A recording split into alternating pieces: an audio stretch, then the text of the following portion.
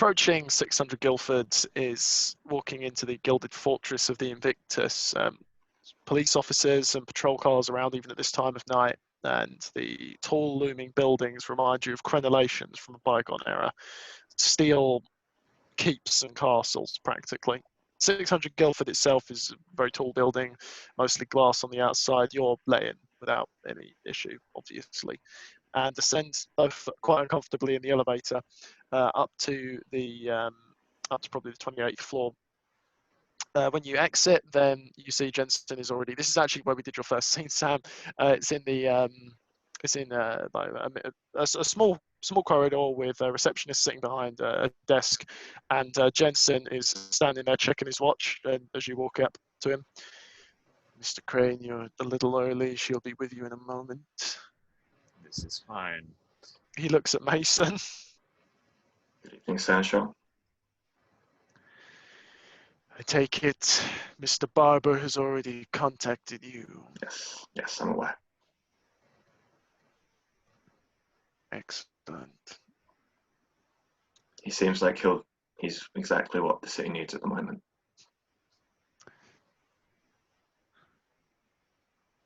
So it would seem. The door is opened at that point, and a number of heartbeat people, humans, heartbeat people, walk out, and they shake hands with each other, and then walk away and leave. And then standing in the door, still dressed in professional attire, is your prince. She, as they leave, then she's wearing quite a warm smile. She's got the blush of life active. It's probably the first time you've seen her with it, when she actually looks like a human being. She has almost a matronly look to them as they walk away, and they're all quite happy, and they take absolutely no notice of you as they walk past. And then she turns her face to the two of you. The smile is still there, but something in the eyes changes. Come in. She walks into the meeting room. Jensen waits till you're both in and then shuts the door and stands in the room. She has walked over to the window, looks out in a very dramatic, sweeping pose for a moment that she's very much used to, plays with a sapphire ring on her right hand, and then turns around. Mr. Crane? My prince. And he would bow slowly and respectfully, sort of. Mr. Cassidy? Your Majesty. And Mason will also. I was told that this was a dire intervention. Yes. I recently coming back to the city, I have tried to branch out and help those who I can. I have helped someone, and this someone being Mason. He wanted help getting someone from point A to point B in safe. I go to the place of point A to find his target being attacked by a large man. This large man was then apprehended by me and my ghouls. Then, when the man was supposedly dead, he woke up again. He continued to try to attack us. But the second time he was knocked down, he started puking. A black bile came out of his mouth. And a shape started to form, something like a tall dog or small human with bright yellow eyes. It stared at me. I do not remember a whole lot from there. This point, Mason kind of leans up and looks over at Will, kind of shocked. Mason found me afterwards and told me that what these things are, something known as what was it, Mason? Stryx. He also told me that other people have known. I request that we let everyone else in the city know about this, it's a threat that must be dealt with. I will personally see to it that they will be eradicated. I will lead the charge if you wish me to do so. She looks over to Jensen for a moment and then back to you, Will.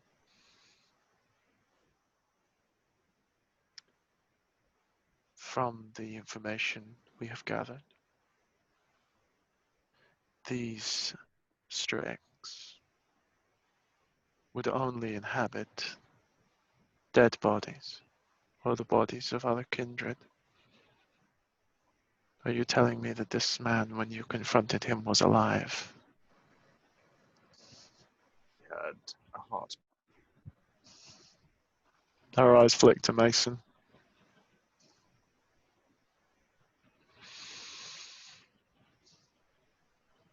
This is troubling. I agree. Do you know why you were not told about them, Mr. Crane? I would be able to make a few assumptions, but I would not know the true reason why. Assume out loud for me. So, can you say that again? Yeah, assume out loud. She wants you to explain what your reasoning is. I would assume that you would not want too many people to know, to not have them worry as much. These are a serious target. They hold powers that only we would really have. And I suppose we'd want to deal with the hunter's threat before dealing with this. Another assumption would be that you wouldn't tell people because there's not a whole lot to tell other than they are a thing. As you said, you both don't really have a whole lot of information on it. When this was first brought to my attention, it was by our Scourge of Decimov, Mason, and Bob. Bob and Yevdokimov had some decidedly controversial methods of rooting out who was possessed and who wasn't, as we do not seem to have a clear gauge of being able to tell yet. They suggested that we stake suspected victims and envelop them in fire. Mr. Crane, you don't need me to tell you that this could very easily turn into a witch hunt if we let it. However, I understand your concern, and being armed with the knowledge that they exist might prevent further unexpected attacks, as what happened with you. Although I am curious, Mr. Cassidy, what was Mr. Crane investigating on your behalf? How did he come to encounter this embodied Stryx? I was with Anya and Stella on the way to the university when I got a call by my sister saying that she wasn't specific, but there was people approaching her house where she lived. I assumed it was the long night, given everything that had been going on that evening. And Mr. Crane had been staying on the Three Corners, and he wanted to help with the long night, so I thought it prudent to call him. I was not aware that it would be the Stryx going for her.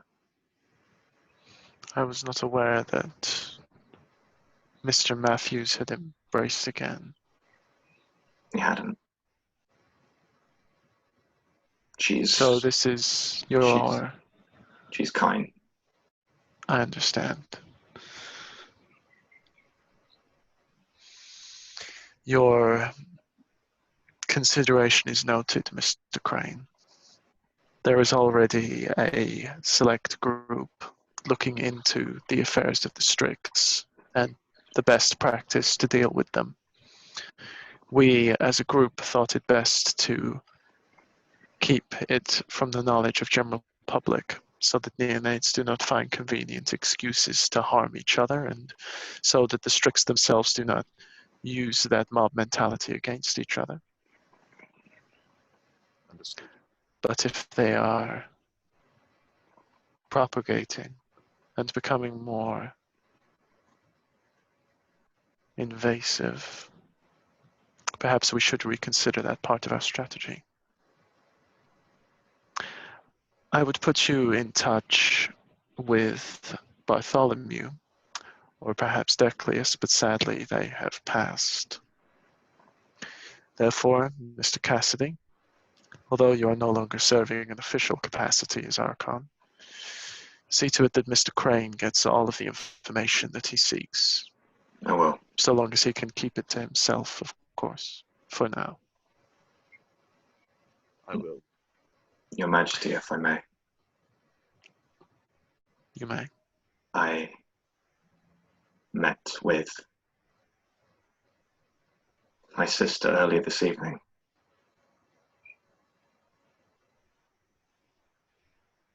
We know where the Stryx is. It has possessed her. And it wants a kindred body. It made me an offer. If I provide it with a kindred body to inhabit, it will leave my sister. Otherwise, it will stay. It wants an immortal body to exist in, to live without being hindered.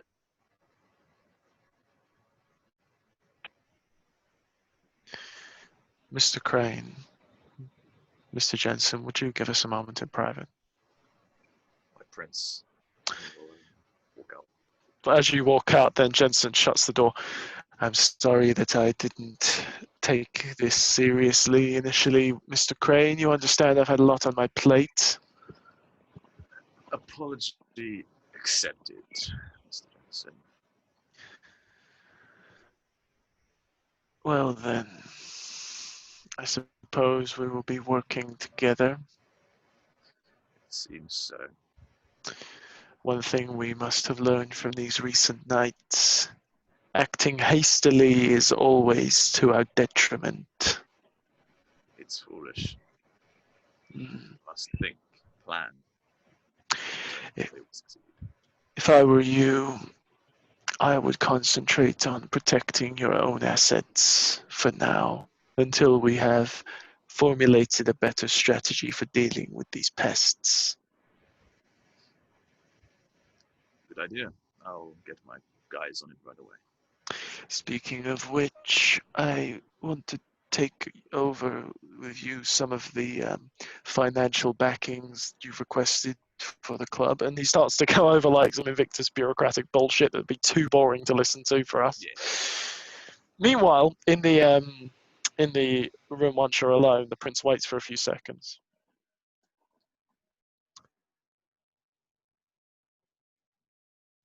I'm assuming that your sister means a great deal to you.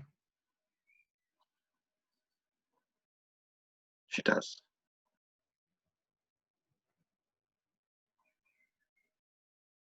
Have you seriously considered this offer?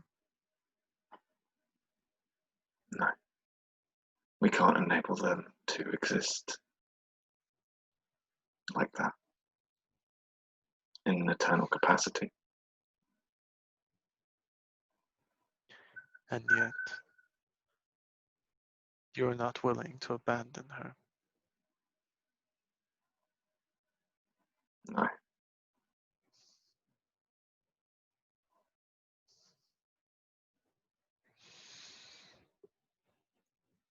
Mason, it is not in my official capacity to pass judgment on personal matters such as this.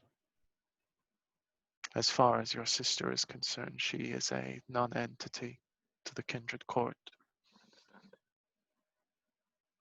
Being inhabited does change this somewhat, of course. She is a curiosity to the task force now. And perhaps that is the best place for her to be, studied, followed. I brought it to your attention, Your Majesty. No, thank you for that. We need to take this threat more seriously. I understand that.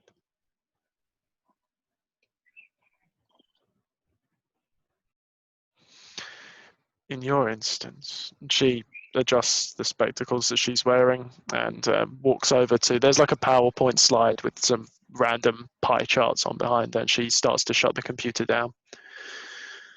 I would seek aid from another source, one I cannot officially endorse. This is not the first time Crucible has been impacted by something beyond our understanding. We have a man for this. I suggest you seek him out.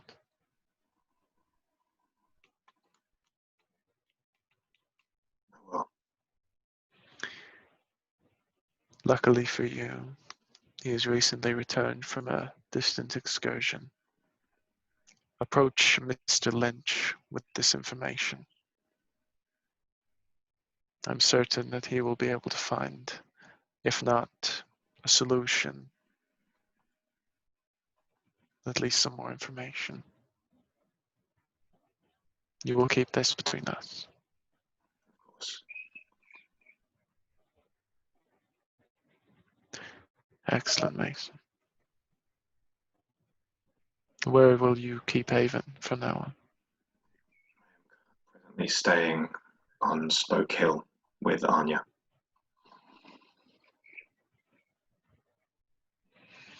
She raises an eyebrow at that, but doesn't comment. Very well. You may bring them back in. And as he goes, before he opens the door, I have nothing but my deepest apologies for how the long night was happened.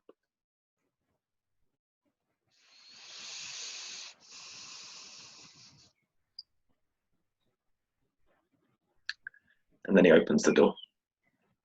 And therefore, the return on our investment within the first 14 years must be, yeah, as you see that, you see Will just losing his mind at Jensen's brash monotony. And it's almost a relief when you open the door. Jensen suddenly looks up.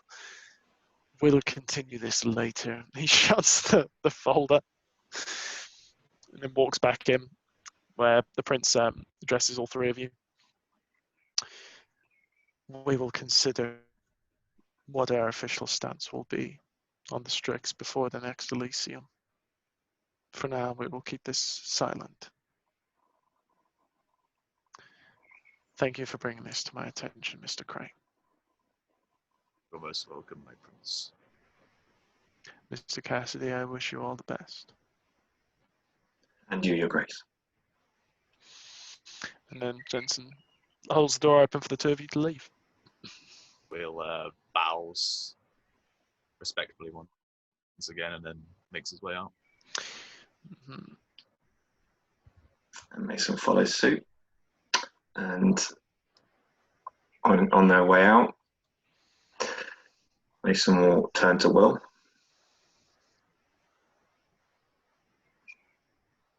Of course, I owe you.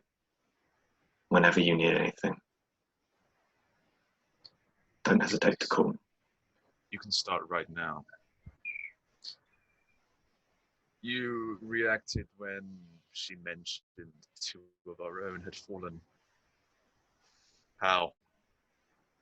Hunters Hunters. burned.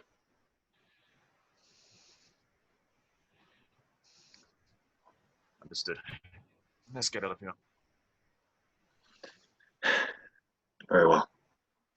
And unless there are any other closing remarks, Nothing that's further. where we end it.